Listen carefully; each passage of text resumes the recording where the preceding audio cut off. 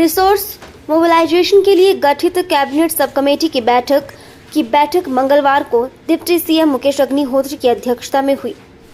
Cabinet मंत्री चौधरी चंद्र कुमार ने कहा कि पिछली सरकार के वित्तीय प्रबंधन और भारी देनदारियां आज की सरकार पर पड़ गई हैं। पेंशन, डीए से जुड़ी कई देनदारियां हैं। पूर्व सरकार ने कर्ज की इंस्टॉलमेंट भी समय पर नहीं दी। उन्होंने कहा कि सरकार ने रिसोर्स मोबिलाइजेशन सब कमेटी बनाई है। आज बैठक हुई है। इस कमेटी का काम है कैसे व्यवस्थित लोन ले और जो घाटा है उसे पूरा करे। इसको लेकर रोड मैप तैयार किया जा रहा है। उन्होंने कहा कि इंटरस्टेट मसले हैं जिसमें बीबीएमबी 7.19% हिस्सा है। बीबीएमबी में हमें जल्द हिस्सा मिलने की उम्मीद है। हमने लोगों को दिए तो पहले क्योंकि दो बजट होते, एक प्लान बजट होता था, एक नॉन प्लान बजट था। तो सैलरीज कंपोनेंट और ये जो हमारा पेंशन कंपोनेंट था, इसको नॉन प्लान बजट से मीट आउट करते।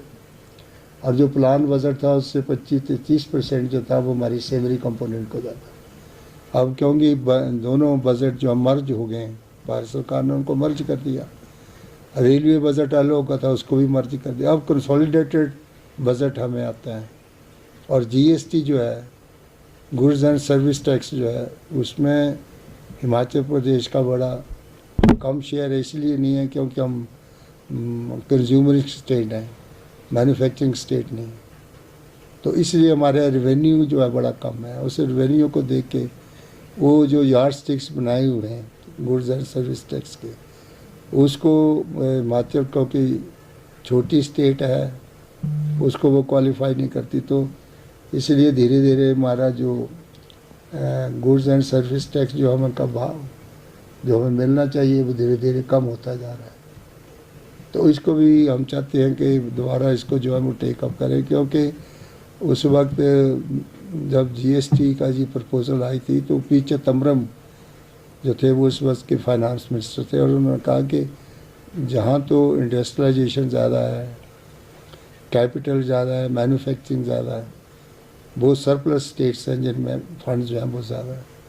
लेकिन जो ऐसी स्टेट्स भी हैं जो मैन्युफैक्चरिंग कम करती हैं और प्रोडक्शन कम होती है, मिनरल्स वेल्थ कम है, तो उनको हमें कंपेंसेट करना चाहिए। उस कैटेगरीज में हमें जो है वो उस जीएसटी में रिलीफ मिलना ज़रूरी है।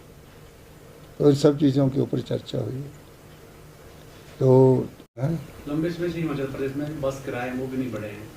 देखो, वो बस किराए के ऊपर अभी चर्चा नहीं की हमने तो ये कहा कि फ्लीट थोड़ा कम करना है, और जो हमारे अनइकोनॉमिकल रूट्स हैं उनको हम ऑक्शन करना चाहते हैं, घाटे के रूट्स को। और वो ऑक्शन जो है जिसमें कोई भी इसको आगे लाना चाहता है।